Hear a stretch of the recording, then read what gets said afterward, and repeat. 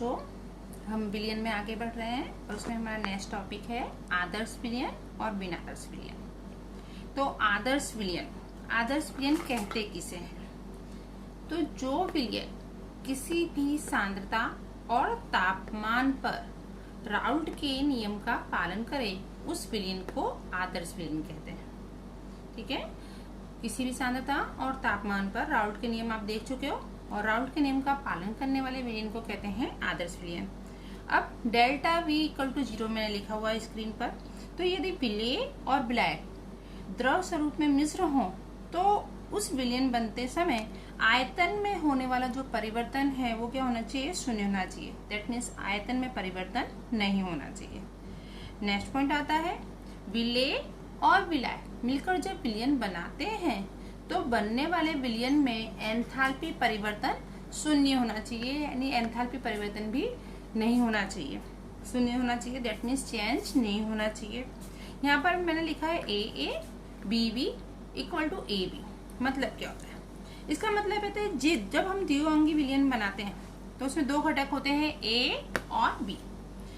तब यदि विलयन में AA और BB के मध्य लगने वाला आंतर आणविक आकर्षण बल और AB के मध्य का आंतर आणविक आकर्षण बल लगभग समान हो तो ऐसा विलयन क्या बनता है? आदर्श विलयन बनता है। दैट मीन्स विलेय के घटकों के बीच लगने वाला आंतर आणविक आकर्षण बल विलायक के बीच लगने वाला घटकों के बीच लगने वाला आंतर आणविक आकर्षण बल किसके बराबर होना चाहिए? विलेय और विलायक के घटकों के बीच जो आंतर आणविक आकर्षण बल लगता है उसके बराबर होना चाहिए। तो ऐसा विलयन आदर्श विलयन बनाता है। इसके उदाहरण हम देखेंगे बेंजीन और टॉल्यूइन, हेक्सेन और हेप्टेन, क्लोरोबेंजीन, ब्रोमोबेंजीन, ये सब जो हैं किसके उदाहरण हैं? आदर्श विलयन के उदाहरण हैं। आप इसमें कुछ चीजें कॉमन देख रहे होंगे, ध्यान से गौर कीजिए आप क्या कॉमन है जिसके कारण ये विलयन आदर्श बनाते हैं। और भी उदाहरण ले सकते हैं इसमें, जैसे ब्रोमोइथेन और क्लोरोइथेन, वो भी किसका उदाहरण है? आदर्श विलयन का उदाहरण है। हम नेक्स्ट पॉइंट पे आते हैं बिन आदर्श विलयन। बिन आदर्श विलयन तो जो विलयन किसी भी सांद्रता और तापमान पर राउल्ट के नियम का पालन ना करे उस विलयन को क्या कहेंगे? बिन आदर्श विलयन। उसको कहेंगे बिन आदर्श विलयन कहेंगे या अनादर्श विलयन कहते हैं। इसी तरह इसके लिए बिल्कुल उसका उल्टा delta V is not equal to 0 और delta H is not equal to 0, यानी एंथैल्पी परिवर्तन और आयतन परिवर्तन का मान क्या होना चाहिए? शून्य नहीं होता है और उसमें शून्य होता है। दूसरा, यहाँ पर AA plus BB is not equal to AB। That means विलेय के घटकों के बीच का अंतर आणविक आकर्षण बल विलायक के घटकों के बीच का अंतर आणविक आकर्षण बल विलेय और विलायक के बीच लगने वाले अंतर आणविक आकर्षण बल के बराबर नहीं होता है। और इसके उदाहरण में हो जाएंगे क्लोरोफॉर्म और एसीटोन, HCl और पानी, HNO3 और पानी, और फिनॉल और एनिलीन, ये सब किसके उदाहरण हैं? बिन आदर्श विलयन के। अब एग्जाम में इसमें से एक एक क्वेश्चन इस तरह भी आ सकता है 2 मार्कर क्वेश्चन में कि आदर्श विलयन और बिन आदर्श विलयन के बीच अंतर दीजिए। उसके बाद हम नेक्स्ट क्वेश्चन की तरफ बढ़ते हैं। ओके बच्चों, नेक्स्ट क्वेश्चन है हमारा 3 मार्कर और 4 मार्कर क्वेश्चन में क्वेश्चन पूछा जा सकता है बिन आदर्श विलयन उसमें होने वाले धन विचलन और ऋण विचलन के द्वारा समझाई। अब धन विचलन और ऋण विचलन, आपको स्क्रीन पर 2 डायग्राम दिख रही है। वास्तव वर्सेज मोलन्स का ग्राफ खींचा गया है। यहाँ पर आप देख रहे हैं वास्तव वर्सेज मोलन्स, यहाँ पर P1 और P2, विलेय और विलायक के लिए हमने मतलब P1 और P2 लिया गया है। ये इनका वास्तव, ये जो शो कर रहा है क्या है? कर्व जो शो कर रही है विलयन के वास्तव है।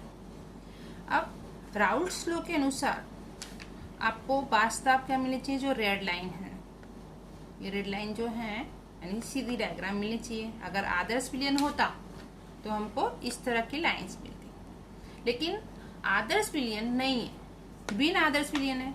तो बिना आदर्श विलयन के लिए क्या नियम है कि जो विलयन किसी भी सांद्रता और तापमान पर राउल्ट के नियम का पालन नहीं करते उन्हें क्या कहते हैं? बिना आदर्श विलयन। और ऐसे विलयन का जो वाष्प दाब है राउल्ट के नियम द्वारा अनुमानित वाष्प दाब की अपेक्षा या तो अधिक होगा या तो क्या होगा? कम होगा। यदि वाष्प दाब अधिक आता है तो क्या दर्शाता है? वो धन विचलन दर्शाता है। और बाष्प दाब अगर कम आता है तो ये ऋण विचलन दर्शाता है। तो आप डायग्राम पर से देख सकते हैं। आगे हम इसकी थ्योरी समझते हैं कि कैसे होता है ये, बट डायग्राम पर से ये समझ लीजिए, यहाँ पर कर्व ऊपर जा रही है। राउल्ट के नियम द्वारा अनुमानित बाष्प दाब ये होना चाहिए, ठीक है, लेकिन ये नहीं है, कर्व ऊपर की तरफ जा रही है तीनों जगह। इसलिए ये जो डायग्राम है क्या दर्शा रही है, धन विचलन दर्शा रही है। उसका उल्टा यहाँ पर राउल्ट के नियम की तरह अनुमानित बाष्प दाब की अपेक्षा नीचे जा रहा है, इसलिए कर्व नीचे जा रही है तीनों कर्व। आप बिल्कुल ध्यान से देखिए। तो ये क्या दर्शाता है, ऋण विचलन दर्शाता है। अब धन विचलन और ऋण विचलन को बिल्कुल और ध्यान से सुने आप। राउल्ट के नियम से धनात्मक विचलन की स्थिति में क्या होता है, ए बी के बीच की जो पारस्परिक क्रियाएं होती हैं, ए अथवा बी के बीच की पारस्परिक क्रियाओं की तुलना में कमजोर होती हैं। और इस स्थिति में विलेय विलायक के अणुओं के बीच का जो आंतर आणविक आकर्षण बल है, विलेय दैट मीन्स ए और विलायक के अणुओं की तुलना में कमजोर हो जाता है। इस प्रकार के विलयनों में ए अथवा बी के अणु शुद्ध अवयव की तुलना में अधिक आसानी से पलायन कर सकते हैं। अब पलायन आसानी से कर रहे हैं, यानी अणु के बीच का अंतर आणविक आकर्षण बल कमजोर पड़ गया, यानी वो पलायन आसानी से कर सकते हैं, जिससे बाष्प दाब में क्या हो जाती है, वृद्धि हो जाती है। एक कर्व ऊपर जा रही है, दैट मीन्स बाष्प दाब की वो क्या बता रहा है, वृद्धि बता रहा है, जिससे धनात्मक विचलन होता है। जैसे कि यहाँ पर उदाहरण हम ले सकते हैं इथेनॉल और एसीटोन। शुद्ध इथेनॉल में जो होता है, शुद्ध इथेनॉल दैट इज C2H5OH, और एसीटोन की अगर हम बात करते हैं तो CH3COCH3 के बीच हाइड्रोजन बंध होता है। इथेनॉल के अणुओं में क्या होता है, हाइड्रोजन बंध होता है, और इसमें एसीटोन जब हम मिलाएंगे तब क्या होगा, इसके जो अणु है आतिथ्य अणु दैट मीन्स एचमैन अणुओं के बीच आ जाते हैं। एसीटोन के अणु जो है इथेनॉल के अणुओं के बीच आ जाते हैं, और पहले से जो उपस्थित है इथेनॉल में आंतर आणवीय हाइड्रोजन बंध वो क्या हो जाता है, टूट जाता है, और आंतर आणवीय आकर्षण बल कमजोर होने के कारण मिश्रण राउल्ट के नियम से धनात्मक विचलन दर्शाता है। इसका दूसरा उदाहरण आप ले सकते हैं CH2 और एसीटोन का। अब ऋण विचलन समझ लीजिए। ऋण विचलन क्या होता है, तो राउल्ट के अनुसार, नियम के अनुसार ऋणात्मक विचलन की स्थिति में क्या होना चाहिए, ए और बी यानी विलेय के अणु और विलायक के अणुओं के बीच का अंतर आणविक आकर्षण बल AB की तुलना में कमजोर होता है, जिससे बाष्प दाब क्या होता है, कम होता है। समझ रहे हैं बच्चे, यहाँ पर बाष्प दाब कम हो रहा है, कर्व नीचे जा रही है, वो बाष्प दाब में कमी दर्शाता है, अतः ऋणात्मक विचलन प्रदर्शित करता है। अब इसमें हम ले रहे हैं जिससे कि फिनोल और एनिलीन का मिश्रण लो, जिसमें फिनोलिक प्रोटॉन और एसीटोन में एनिलीन में कि नाइट्रोजन के अयुग्मित इलेक्ट्रॉन युग्म के बीच आंतर आणवीय हाइड्रोजन बंध एक ही प्रकार के अणुओं के बीच आंतर आणवीय हाइड्रोजन बंध की अपेक्षा अधिक प्रबल होता है। तो यहाँ पर दूसरा उदाहरण ले लेंगे क्लोरोफॉर्म और एसीटोन के मिश्रण का। वो भी ऋणात्मक विचलन दर्शाता है, क्योंकि क्लोरोफॉर्म का अणु एसीटोन के अणु के साथ हाइड्रोजन बंध बना सकता है, और जिससे प्रत्येक घटक के अणुओं की पलायन में प्रवृत्ति क्या हो जाती है, कम हो जाती है, क्योंकि आंतर आणविक आकर्षण बल मजबूत बन जाता है, तो अणुओं का पलायन तेजी से होता नहीं है, जिससे बाष्प दाब में क्या होती है, कमी आ जाती है, और विचलन कैसा होता है, ऋणात्मक होता है। तो इस क्वेश्चन में ये दोनों डायग्राम आपको कंपलसरी बनानी है। धनात्मक विचलन कब होगा, जब बाष्प दाब बढ़ता है। ऋणात्मक विचलन कब होगा, जब बाष्प दाब में कमी आती है। इसमें अणुओं का पलायन तेजी से होता है, और इसमें अणुओं के पलायन में कमी आती है। तो इन चीजों को ध्यान में रखते हुए ये क्वेश्चन आपको कंप्लीट करना है, और बिल्कुल ध्यान से करना है, 4 मार्क्स के लिए इम्पोर्टेंट क्वेश्चन है। नेक्स्ट क्वेश्चन है एजेट्रॉप अर्थात क्या, उसके प्रकार बताइए।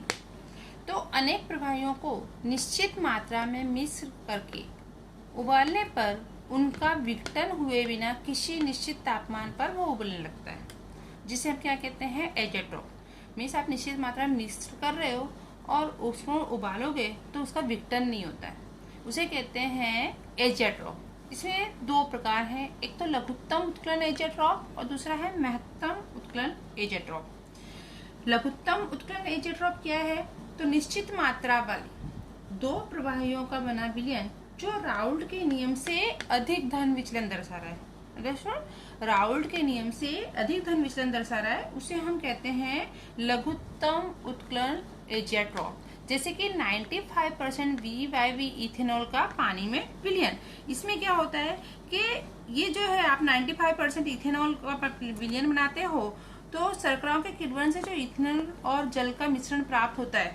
प्रभात जी आसवन से आप ऑर्गेनिक केमिस्ट्री में देखोगे इथेनॉल का विरचन की पद्धति उसमें आएगा, तो इथेनॉल का जो विलयन प्राप्त होता है उसमें 95% इथेनॉल होता है।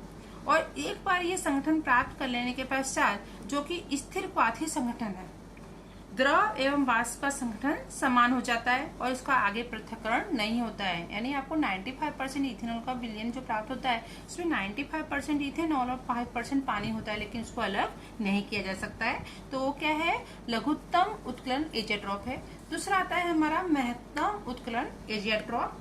तो निश्चित मात्रा वाले दो प्रवाहियों से का बना विलयन जो राउल्ट के नियम से अधिक ऋण विचलन दर्शाता है उसे कहते हैं महत्तम उत्कलन एजेट्रॉप। इसका उदाहरण हो जाएगा 68% WYW HNO3 का पानी में विलयन।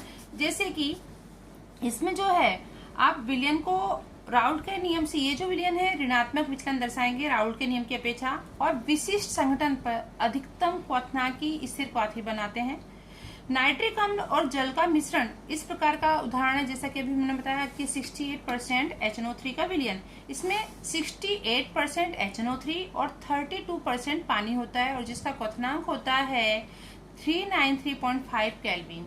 तो ये क्वेश्चन भी इम्पोर्टेंट क्वेश्चन है। एजेट्रॉप अर्थात क्या, उसके प्रकार बताइए, शॉर्ट क्वेश्चन में आ सकता है। तो इसे भी आप अच्छे से तैयार कर लेंगे।